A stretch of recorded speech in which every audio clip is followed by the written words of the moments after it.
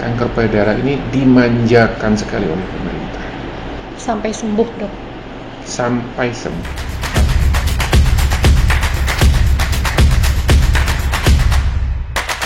Selamat datang Dr. Faison, spesialis bedah, subspesialis onkologi, konsultan di podcast Ruang Redaksi Kalteng Pos. Selamat siang Mbak Anissa, terima kasih atas undangannya. Iya, kami mengundang Dr. Faison untuk bisa memberikan edukasi kepada kita, kepada masyarakat terkait kanker seperti itu. Nah, mungkin Dok bisa dijelaskan terlebih dahulu. Mungkin masyarakat masih belum bisa membedakan nih. Ada yang menyebut tumor, ada yang menyebut kanker. Ini satu kesatuan atau memang ada perbedaan antara dua ini, Dok? Oh, baik. Begini ya, secara umum dulu mau saya jelaskan sedikit bahwa sebetulnya untuk kanker itu ada dua jenis secara besar. Kanker yang ada bentuknya disebut solid atau kanker padat, dan ada tumor padat. Ada yang bentuknya cair atau hematologik. Nah, ini berkaitan dengan kanker-kanker darah biasanya. Nah, bidang bedah itu menangani itu lebih ke arah yang padat tadi, yang solid tadi.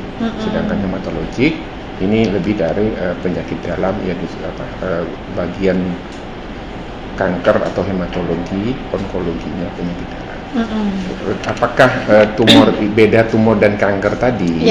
Jadi begini, secara harfiah tumor itu bahasa Indonesianya mungkin benjolan. Kalau orang Jawa bilang mentol gitu ya. Mentol biasanya ya. Jadi benjolan ini tentunya ada dua macam. Ada yang jinak, ada yang ganas. Yang ganas inilah yang disebut kanker. Sedangkan yang jinak biasa disebut tumor saja atau tumor jinak. Yang berbahaya tentunya yang ganas. Jadi secara umum kanker itu pasti tumor dengan ada yang bentuknya ya, bukan hematologik ya. Sedangkan tumor belum tentu kanker. Jadi harapan saya janganlah ketakutan dulu kalau sudah disampaikan informasi. Jangan bilang vonis ya, dokter bukan tukang vonis ya. Informasi awal bahwa ini tumor Bu, sebetulnya itu maksudnya kalau bahasa Indonesia benjolan. Berarti kanker tadi awalnya juga dari tumor ya, Dok ya? Nah, kanker ada yang awalnya dari tumor jinak, ada yang dari kecil dia sudah ganas kanker. Berarti nggak melewati tumor tadi langsung jadi kanker? Tidak harus begitu. Ada juga tumor yang selamanya sampai kemarin saya operasi 20, mungkin hampir 10 kilo di paha, ada fotonya nanti kalau mau lihat.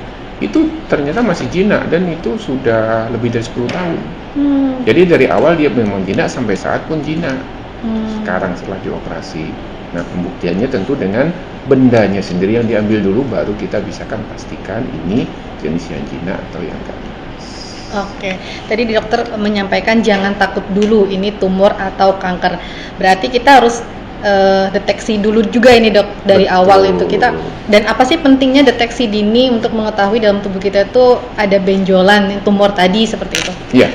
Kalau kita merasa ada satu keganjilan di bagian mana tubuh kita, tentunya jangan takut dulu, seperti saya sampaikan. Pastikanlah itu apa. Nah, tentunya secara medis ada tahapan-tahapannya. Boleh ke dokter atau puskesmas dulu ya, atau tenaga medis lain, mungkin perawat bidan yang paham. Nah, biasanya kalau mereka tidak memahamin apa, atau kalau kita tidak puas, tentu carilah tempat yang lebih lagi. Nah, pentingnya deteksi dini apa? Deteksi dini ini khususnya untuk kanker. Kalau tumor kan belum tentu.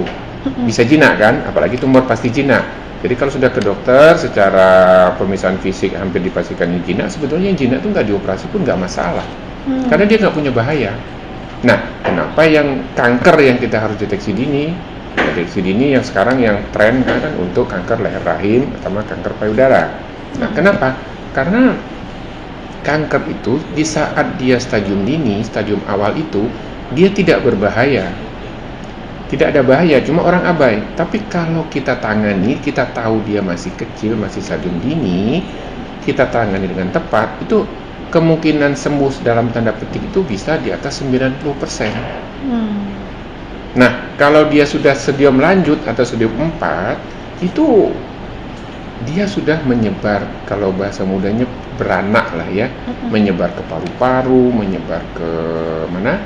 Liver, ke otak, ke tulang, segala macam. Nah, Kalau dia sudah ke situ, itu ancaman bahayanya saat itulah sudah ada. Jadi mohon maaf, yang menyebabkan berbahaya atau timbul ancaman kan kankernya seolah diidentikan bahwa ini dekat dengan kematian. Ya. Nah, itu saya rasa sudah tidak ada upaya medis atau kecil harapan upaya medis untuk bisa menyembuhkan dalam tanda petik tadi. Karena penyebarannya ini sudah mengganggu fungsi-fungsi vital tubuh kita.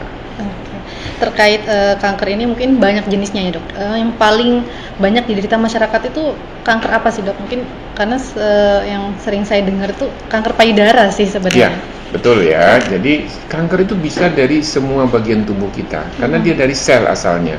Sedangkan semua jaringan tubuh kita dari sel.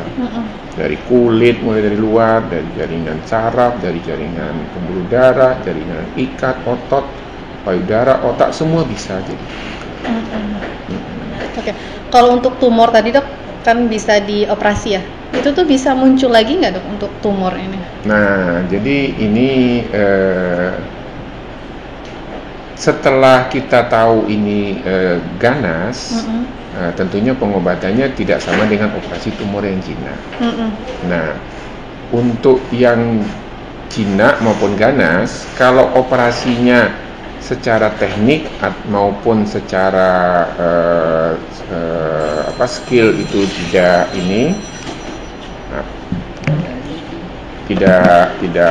bersih lah kan, tidak habis ya, atau timingnya tidak tepat, dia sebetulnya sudah stadium hampir stadium lanjut kita operasi sehingga bersisa, itulah yang akan menimbulkan kekambuhan. Jadi makanya lebih baik di stadium dini kita deteksi, kita tahu itu kanker. Di stadium dini ini kita akan lakukan operasi. Karena kanker, mungkin saya jelaskan sedikit, ada 5 sebetulnya modal untuk memerangi kanker ini. Yang pertama adalah pembedahan atau surgery. Dan surgery ini untuk kanker padat yang saya bilang solid tadi, inilah satu-satunya yang bisa menyembuhkan. Nah, yang kedua ini, yang ketiga, 4, 5 ini hanya sebagai tambahan. Yang sering didengar kemoterapi, radioterapi, ada lagi hormonal terapi, ada targeted terapi. Nah, tanpa pembedahan ini diberikan, ini sebetulnya hanyalah sebagai tambahan saja yang tujuannya bukan kuratif atau sembuh. Karena tidak mengangkat penyakit tadi itu ya dok ya. Jadi yang diangkat, sedangkan yang diangkat hanya bisa yang dini. Yang lanjut nggak bisa diangkat, hanya kita berikan yang tambahan ini.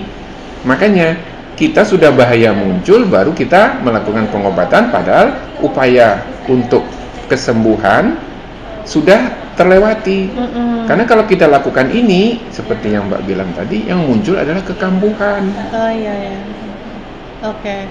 Di masyarakat ini rata-rata datang tuh dalam kondisi seperti apa dok? Nah, ini kesempatan buat saya untuk curhat dia, bahwa mohon maaf, berbeda dengan di Jawa atau di kota-kota ya, apalagi di luar negeri, terbalik. Di kita itu 90% stadium 3, stadium 4. Itu dalam kondisi sudah parah berarti dok ya? Berarti suatu kondisi yang sebetulnya secara medis ya upayanya tidak maksimal lagi. Bisa dikatakan ya kita nggak boleh menyerah sebagai manusia ya. Ada, tapi itu harapannya di bawah 10%. Stadium 4 itu. Untuk itu harapannya kepada masyarakat deteksi dini tadi itu dok ya? Deteksi dini. Kadang-kadang sudah deteksi dini, ketahuan penyakitnya kanker, masih drop duluan. Hilang duluan. Saya nggak tahu drop, hilang, mencoba pengobatan yang diyakinin 6 bulan, setahun lagi datang sudah membusuk dan macam-macam, minimal stadium 3 atau stadium 4, yang pasti stadium 3, stadium 4 operasi tidak bisa dilakukan. Stadium 3 belum. Kalau dengan kemo dia mengecil, kita masuk ke tahap operasi lagi. Seperti saya bilang, operasilah untuk kanker solid atau kanker payudara ini upaya satu-satunya yang bisa menyembuhkan. Kadang-kadang pasien saya takut operasi, saya nggak mau buang payudaranya dan lain sebagainya, saya minta kemo aja. Itu kan obat kanker. Fungsinya hanyalah sebagai tambahan, ibaratnya 4 sehat 5 sempurna. Jadi penyempurnanya saja. Baik. Dengan kondisi seperti ini yang dokter sampaikan tadi, banyak masyarakat yang datang dalam kondisi sudah stadium tinggi seperti Ya, itu. stadium lanjut. Bagaimana kondisi peningkatan kanker payudara khususnya di Kalimantan Tengah Ya. ini, Dok? Tadinya beberapa teman bahkan pimpinan saya bilang kayaknya nggak banyak di sini Kalimantan. Karena saya sudah hampir 10 tahun sebagai, mungkin saya yang pertama ya dokter bedah kanker di Kalimantan ya. Dari tahun berapa, Dok? Dari tahun 2014. Okay.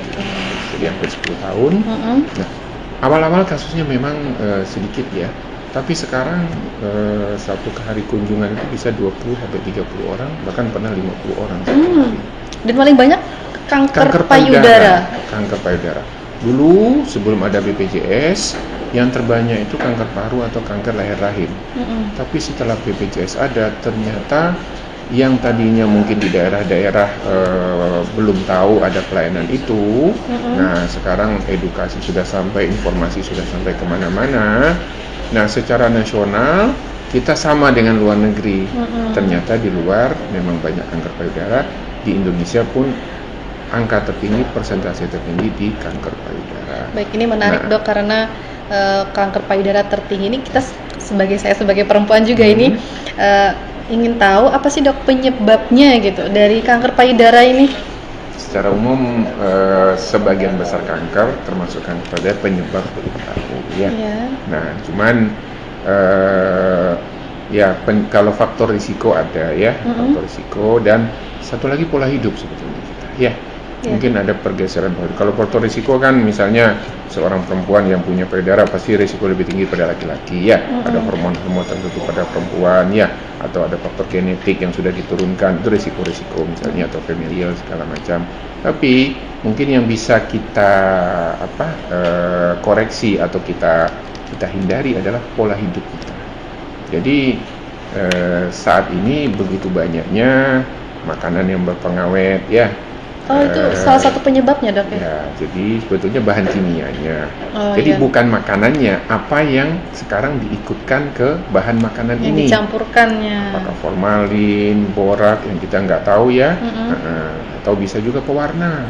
Pewarna yang sebetulnya buat pewarna bukan makanan, dipakaikan pewarna makanan karena mungkin secara ekonomi lebih murah. Ekonomis, dari sisi ekonomis.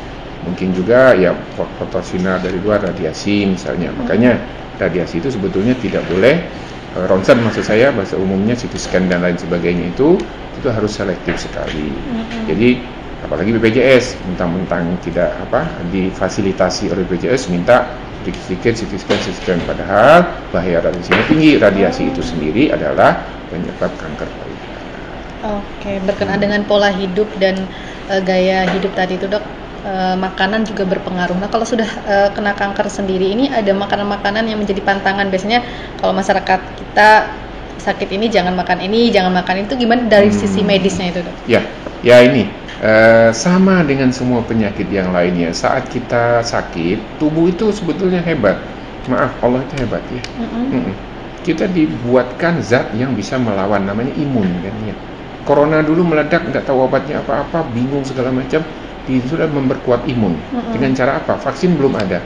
Makanan yang banyak, yang sehat, 4 sehat 5 sempurna, buah, sayur dan lain sebagainya. Malah berjemur dianjurkan. Vitamin D, olahraga, sepeda habis di Palangkaraya. Susah beli sepeda saat itu. Semua orang ingin berolahraga mempersehat dirinya karena takut dengan itu. Nah, makanan itu untuk orang kanker itu diperlukan untuk membentuk imun. Kalau bahan imunnya nggak ada, sedangkan penyakitnya masih, ya penyakitnya senang, nggak ada yang ngerem ibaratnya. Kalau saya ibaratkan, kalau imunnya kuat, penyakit nggak terjadi. Tapi karena imunnya tidak kuat memerangi, itu penyakit itu berjalan, tapi lambat. Nah, sekarang misalkan ada mobil turun dari ketinggian tebing misalnya, ya, apa bedanya mobil yang punya rem dengan mobil yang nggak punya rem? Nah, rem inilah yang imun, sehingga jangan berpantang apa-apa, kecuali sebelumnya punya penyakit. Riwayat itunya riwayat kencing manis, ya ikuti dietnya kencing manis. Riwayat hipertensi, ikuti nasihat dokter tentang hipertensi. Kolesterol, ikuti itu. Tapi jangan makan yang katanya vetsin, maaf kita sebut aja lah. Vetsin itu tidak boleh katanya, karena itu bisa menyebabkan kanker. Nah, sekarang kalau face shield itu nggak boleh, BPOM itu sudah duluan menutup. Di Amerika pabriknya itu tutup, atau di Korea mungkin, Jepang kan, sebagian besar kan dari sana. Jadi kalau face shieldnya satu mangkok atau satu panci 1 kilo, ya mungkin itu nggak boleh ya. Yeah. Tapi kalau hanya sekedar penyedap, karena makanan itu justru bisa masuk, maksud saya bisa menjadi bahan imun kalau dia masuk ke dalam perut. Bukan hanya di dalam piring. Yeah. Kalau di dalam piring itu rasanya nggak enak, yang sehat piringnya. Yeah. Atau kucing yang mendapat limpahan makanan itu dibuang. Jadi nggak nafsu makan kan kalau nggak ada itu. Nggak ada rasanya kan? Iya. Nah, saya kadang-kadang setengah bercanda bilang ke pasien-pasien sekali-sekali. Jadi gini, 2 macam, bahannya sama, kami nggak mantang apa-apa, bahannya sama kok kita bikin, cuma cara masak berbeda. Yang ini full bumbu enak, jadi rawon, jadi apalah, masakan apa, gulai, soto Banjar lah. Yang lain dimasak tanpa bumbu. Bahkan diambil kayak jusnya saripati, apalah namanya itu, di tim ya segala macam. Nah, sekarang Mbak bayangkan, Mbak bisa nggak makan ayam tanpa bumbu, tanpa cabai, tanpa apa? Tanya sama si pasien, ibu, aduh susah saya nilai, iya kan nggak ada rasa. Nah, kadang saya coba, boleh nggak sekali-sekali saya bilang, 2 macam masakan ini, makanan khusus untuk si sakit, dimakan oleh yang sehat, makanan yang sehat, makanan yang sakit. Ya nggak mau lah kami Pak, nggak bisa ditelan lah. Kenapa kok yang sakit disuruh makan? Iya, justru yang sakit ini perlu imun, perlu makan banyak. Nah, terbalik kalau saya, rumusnya kan untuk orang sehat 4 sehat 5 sempurna kan? Ya kan nggak ada pantangan apa-apa. Orang sehat aja suruh makan, orang sakit dipangkat 2-kan atau dipangkat 3-kan. Sehingga imunnya menjadi lebih tinggi lagi kira-kira. Tadi dokter menyampaikan terkait kalau minum gula hanya untuk mereka yang punya riwayat kencing manis, diabetes gitu. Nggak boleh. Nah, ramai di media sosial itu kalau kanker nggak boleh makan minum manis, ini gimana dok? Ya, saya juga terkejut ya. Jadi keluarga saya, kita ada grup keluarga, itu forward ke grup keluarga, bertanya ke saya, betulkah video ini? Ada videonya kalau nggak salah itu ya. Nah, jadi gini, betul, bahkan teknologi terbaru ya dalam follow up atau follow satu kanker itu memakai gula bahan radioaktif. Kenapa? Sel kanker ini dia itu membelah, kan tadi saya bilang sel membelah terus ya. Jadi sel yang seharusnya sudah berhenti membelah karena mutasi, dia membelah diri lagi. Jadi kalau kita selnya nggak berhenti membelah, ini jari kita tambah panjang terus, hidung tambah panjang terus ya. Kalau rambut contohnya yang rontok itu karena dia membelah panjang, tapi kita bisa potong. Kalau jari kan nggak mungkin kan ya. Nah, terkait yang gula tadi, memang sel kanker itu membutuhkan gula. Tapi bukan berarti kita nggak makan gula terus sel kankernya kekurangan gula, tidak. Yang jadi korban kita juga. Kenapa? Kalau nggak ada gula, diambil dari badan kita. Sumber gula itu bukan hanya gula atau karbohidrat. Nasi itu karbohidrat, mie karbohidrat, jagung, pokoknya yang tepung-tepungan itu karbohidrat. Nah, selain kalau itu pun kita sudah kekurangan, itu kita punya jenis zat yang lain yang namanya protein dan lemak. Kalau karbohidrat sudah habis, sumber gula sebagai sumber gula, protein kita diambil. Makanya orang sakit jadi kurus, lemak dulu yang diambil. Orang sakit berat kan kurus. Nah, kalau kita kurangi yang manis, sumber kalori, lemak kita diambil oleh diubah oleh tubuh untuk membangun gula. Sehingga akhirnya si kanker ini tetap aja dapat gula. Kalau habis lemak, protein. Akhirnya orang ngerogoti zat-zat yang lainnya dok. Yang mengerogoti bagian tubuh yang lain, akhirnya si sakit tinggal tulang dan kulit. Nah, kulit dan kulit kan yang jadi korban kan kita juga, yang artinya akan menanggung deritanya ya tentu dengan segala akibatnya. Kita malah nggak bisa bergerak segala macam, makin parah lah keadaan. Jadi bukannya kankernya itu, kecuali gula kita udah habis semua, nggak ada lagi zat lainnya dihabis, ya saya rasa orang ini juga mungkin sudah habis. Oke. Dok, ini mungkin edukasi kepada masyarakat. Masyarakat kita masih banyak menggunakan obat-obat herbal daripada datang ke rumah sakit seperti itu. Mungkin edukasi kepada masyarakat seperti apa ini dok? Kalau saya tentang herbal ini, herbal itu kan macam-macam mbak ya. Ada yang hanya industri rumah tangga atau industri perorangan malah yang kita nggak tahu apanya. Secara medis, secara penelitian, sebagian besar itu belum masuk ke protokol pengobatan kita. Artinya belum menjadi standar pengobatan. Nah, artinya lagi, secara pribadi misalnya keluarga saya mungkin akan larang. Tapi kalau pasien, saya nggak berhak melarang. Kalau menyuruh, tentunya saya lebih tidak lagi. Tapi sebenarnya dari sisi medis tidak disarankan ya dok ya? Saya tidak menyarankan. Kalau keluarga saya pasti saya bilang tidak. Tapi kalau untuk pasien, hak mereka untuk memilih. Sebenarnya kalau dari sisi medis sendiri, herbal ini bisa memperburuk nggak sih dok untuk kanker gitu? Kalau herbal yang proses pembuatannya memang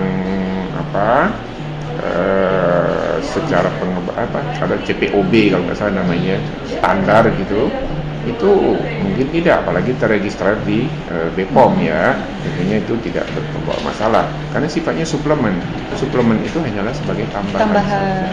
Oke. Terkait pengobatan kanker sendiri, bagaimana prosesnya dok? Dan di Rumah Sakit Doris apakah sudah memfasilitasi secara penuh untuk pengobatan kanker, khususnya kanker payudara? Ini baik, saya bilang tata laksananya. Kita harus pastikan ini kanker dulu. Jadi kalau datang seorang dengan benjolan, kalau dia awal benjolannya kecil, tumor payudara khususnya, yang lain juga biasanya di bawah 3 cm, itu kita ambil semuanya dulu. Kita buktikan ini tumor biasa yang jinak tadi atau ganas. Kalau jinak selesai, nggak perlu apa-apa lagi, nggak perlu takut, nggak apa. Kalau ganas tentunya kita masuk ke tahapan berikutnya. Untuk kanker payudara kita mulai pengobatan. Jadi pengalaman pertama ini hanyalah sebagai membuktikan ini kanker apa tidak, namanya biopsi atau diagnostik sifatnya. Nah, kalau dia ternyata kanker, karena dia stadium awal, ya kita angkat payudaranya. Pertama.